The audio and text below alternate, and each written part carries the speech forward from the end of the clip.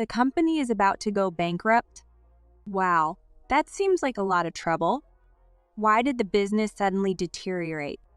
You can't do what we were managing. What? Do you know who used to do accounting for your company? That must be one of our employees.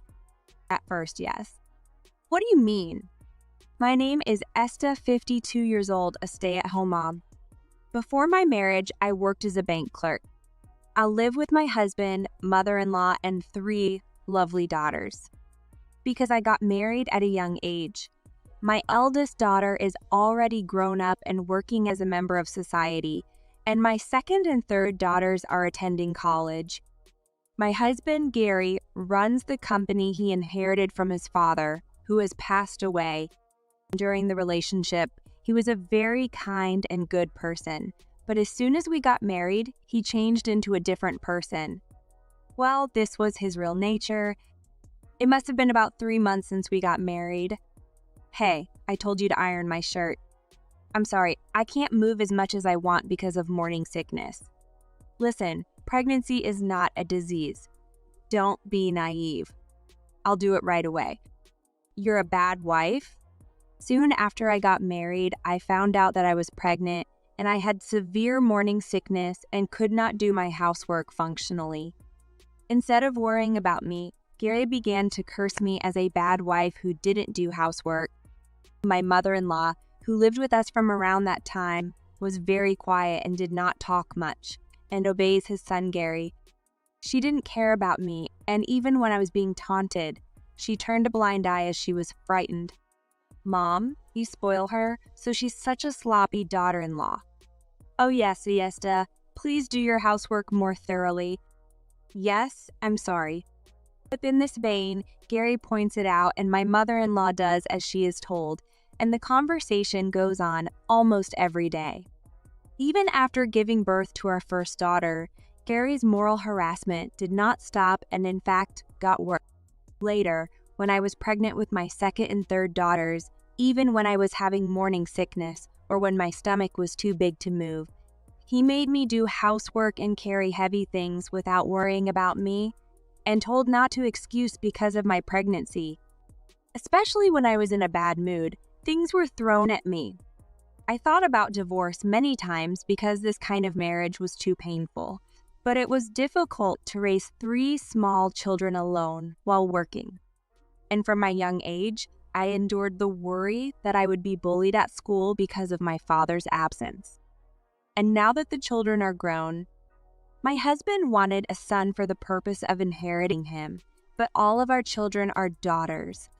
He has never shown any love towards his daughters, simply because they are not his sons.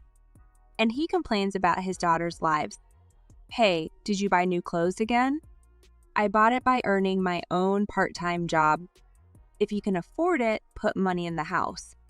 At this age, college students must want to be fashionable, so let them do whatever they want.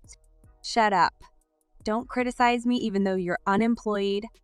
I've said it many times, but I'm a home-based worker, I'm not unemployed, and I have a lot of money in my house. What a home-based worker, a really sassy girl who tries to round it up with modern words. The eldest daughter, Corey, works at home in the aita field. She puts more than enough money to live on the house, and she is the exact opposite of me, who can't argue with Gary and is a very family-oriented and responsible daughter who can express her opinions clearly. Gary does not approve of his eldest daughter, who is a firm person, nor of his second and third daughters, who study seriously for their dreams. My daughters have hated Gary for as long as they can remember. Gary's daughters complain not only about this, but also about wearing makeup, going out with friends, playing without work, etc. He treated his daughters the same way he treated me. Gary's attitude towards his mom is the same as ever. Mom, don't shut up and say something. I'm the only one who notices the sloppiness of the family. You guys have to take care of your money. My mother-in-law is the type of person who would rather watch over me when Gary isn't around. So to be honest, her relationship with me and my daughters isn't actually bad. At the beginning of my marriage, I was annoyed by my mother-in-law's attitude that did not simmer, but I have lived with her for many years, and now I understand. It is painful to see the appearance of a mother-in-law who is hit hard even by her own son. It happened one morning at breakfast time. The whole family was sitting at the table. However, Gary's mood was particularly bad today. "Hey, what is this soup? It doesn't taste like anything, does it? Your blood pressure was a little high in the results of your previous checkup, so I cut back on salt. Don't talk back to me. Your mother is thinking about your health, but you can't say things like that. Don't interfere, you little unemployed girl." Saying this, Gary became angry and threw the whole bowl of soup away. Then the bowl flew towards Corey, hit the bowl on her forehead, and she was also covered up with the soup. I immediately took Corey to the hospital. Fortunately, there were no scratches or burns, and I was given some ointment just in case. But I was angry like never before against Gary. After returning home from the hospital, "Sister, are you okay? You won't leave any scars on your face, right? The doctor said you'll be fine, so don't worry." Gary looked really bad when his sisters were worried about Corey, but he said something unbelievable to Corey too. "It's your fault that you didn't avoid it." I was taken aback by his word. "That's enough." "What? It's over my limit. Divorce me?" "Oh yes, I've had enough of your bad food. We divorce." And I confronted Gary with the divorce papers that I had filled in only my part. "Sign this divorce papers now." "Okay, but there's no way you, a housewife, can survive a divorce. Just do your best. I don't know, it's gonna be tough for you, but good luck." "Huh?"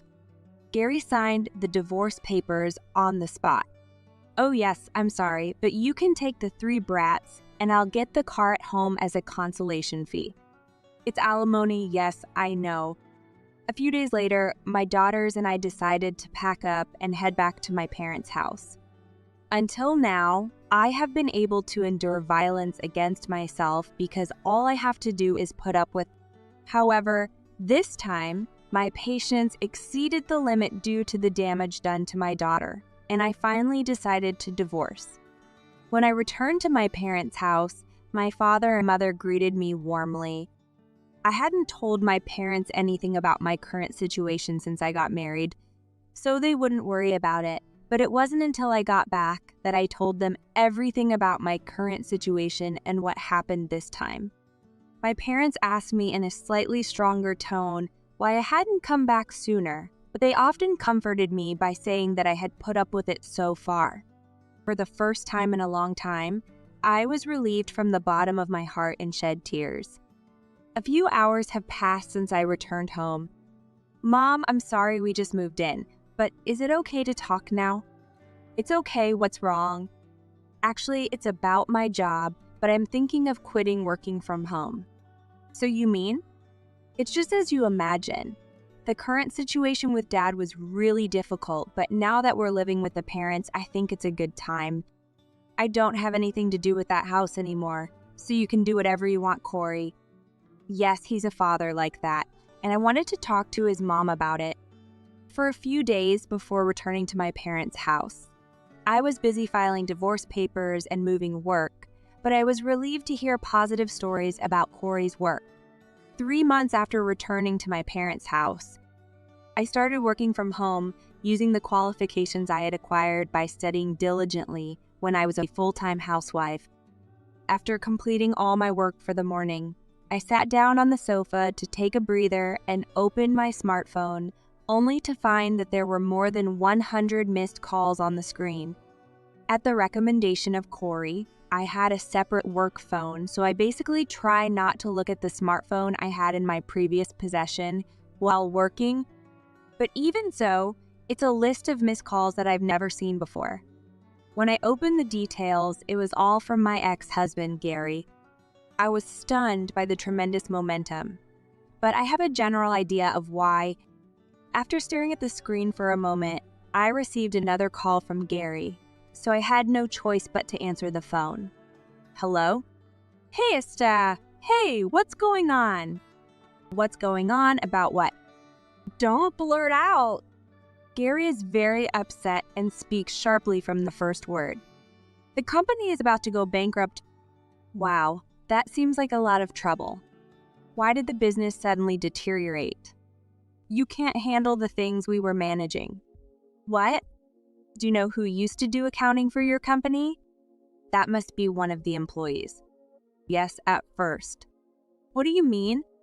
When we first got married, of course, an employee was in charge of accounting, but he came to me because he felt a sense of crisis that sales were steadily declining. If it's sales, it's not going to go down because we've been doing business since my father's generation. All of my father-in-law's business partners had moved away, so my mother-in-law and I used our wits to make ends meet for the survival of the company. That's not true. Employees lost business partners. What are you talking about? Because of your arrogant attitude towards your clients, you have fewer and fewer contracts and no sales, as you imagine. We managed to avoid deficits by cutting them, but when you deduct necessary expenses such as taxes and employee salaries, we had almost no savings as a company. Yes, this husband actually had no sense of management skills, and he had such an attitude like at home in business situations. As a result, the business results that had been built up since my father-in-law's generation collapsed in a blink of an eye, and my mother-in-law and I were in charge of the company's accounting behind the scenes in order to keep the company alive. Gary didn't seem convinced by this fact, but he talked about it further. And the house, if this continues, it will be seized. Well, that's right. If this continues, there will be no house to live in. Isn't it because you haven't paid your loan? If you're in charge of accounting, you should be managing loans. I'm sorry, but your company sales didn't even cover the mortgage on the house. Do you know who is paying it? Mother, it's Corey that you treated as unemployed. What? I don't think you listened what we told, but Coley is a business owner. That can't be true. She's just a woman.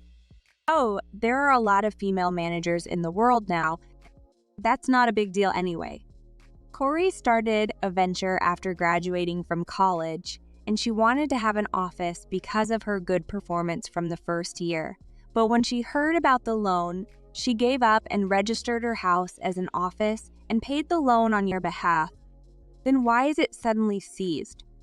Now that you've moved out, the house is no longer an office, and Corey isn't paying for it anymore. Such a W-aster pain. Then you should come back and use the house as an office again. I'm sorry, but Corey has already rented a nice office for herself and is not working from home now. What the hell are you doing? It's selfish. It's a company that Corey started on her own, so it's natural to like it. She should have talked to me. You've had your daughter take care of your loans for years, and you can't say like that. I'm their father. Now repay me for raising me. Gary continues to be half frantic and bullish, but he is desperate to get help. After this, the content of the story became more and more incoherent. Then let Corey take over my company and rebuild it, and let that company and two sisters do it. They both have dreams of being doctors and lawyers, and they've both already passed the national exam. So don't get the daughters involved in weird things. Don't give me orders, even though you're a housewife. I'm working now. Huh? I use my experience as an accountant for your company and as a bank clerk to become a certified financial planner. What? What the hell? What the hell? Roughly speaking, I'm a money professional, and now I'm working as a money consultant, and in a way, it's because of you that I'm where I am today.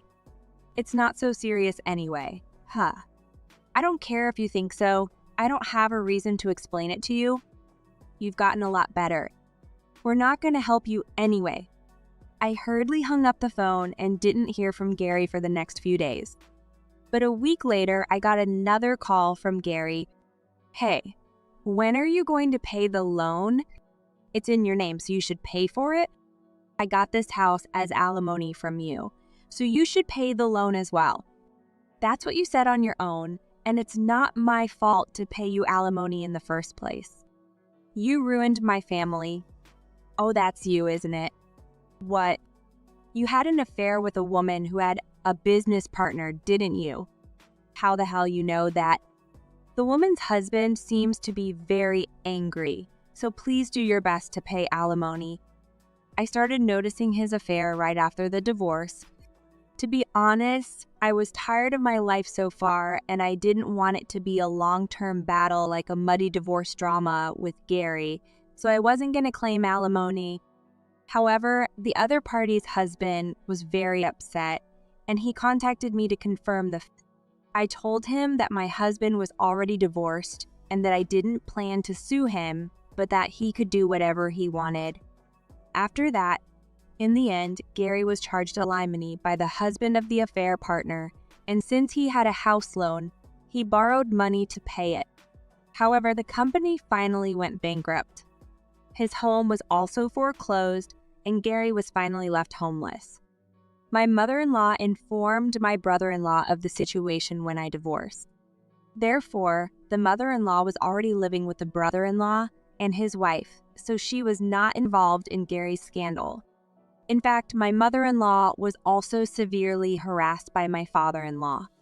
Gary grew up exactly like his father, and he had the same attitude towards us that his father did. Although mother-in-law was hurt by Gary's terrible treatment, she tried to support Gary no matter how badly he was treated because he was still her own son. However, at the timing of his divorce from me, my mother-in-law also reached her limit.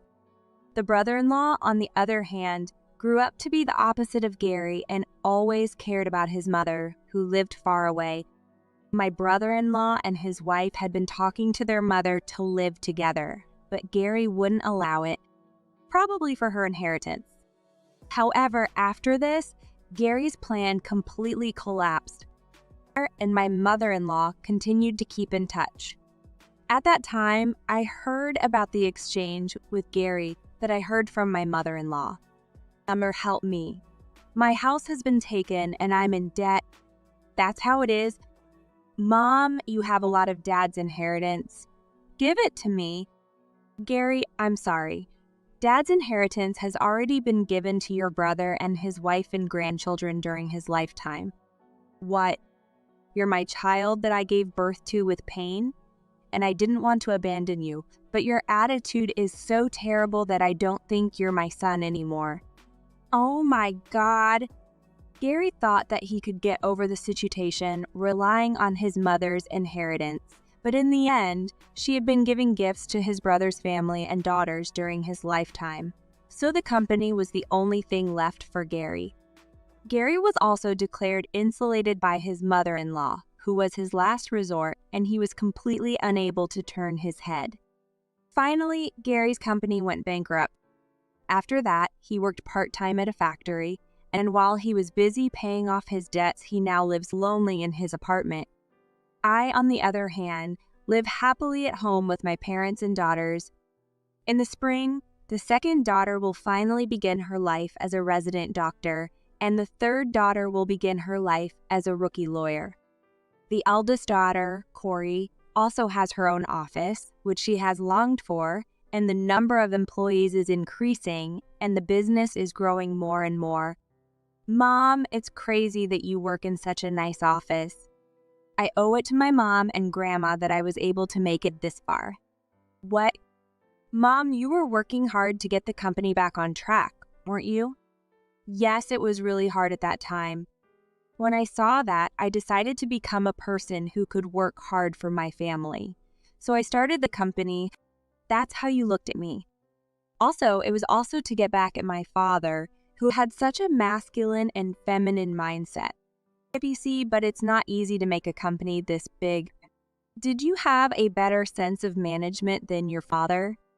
That's going to be Corey no matter how you look at it. I've put a lot of hardship on my daughters, but they've all grown up to be very caring, and thanks to them that I've been able to endure this much. My own work has also taken off, and I am now able to earn more than my salary when I was a bank employee, and I am living a life without inconvenience. When I was married to Gary, I was living on a cutting back on my living expenses, and I couldn't buy anything I liked for a long time, and I wasn't allowed to shop or go out freely in the first place. Of course, I still try not to spend too much, but having money and time at my disposal still enriches my life. I continue to interact with my mother-in-law, and she lives peacefully with my brother-in-law and his wife. My mother-in-law has endured the moral harassment of my father-in-law and Gary for many years, but I am very relieved to hear that she is finally living a life where she can live with peace of mind.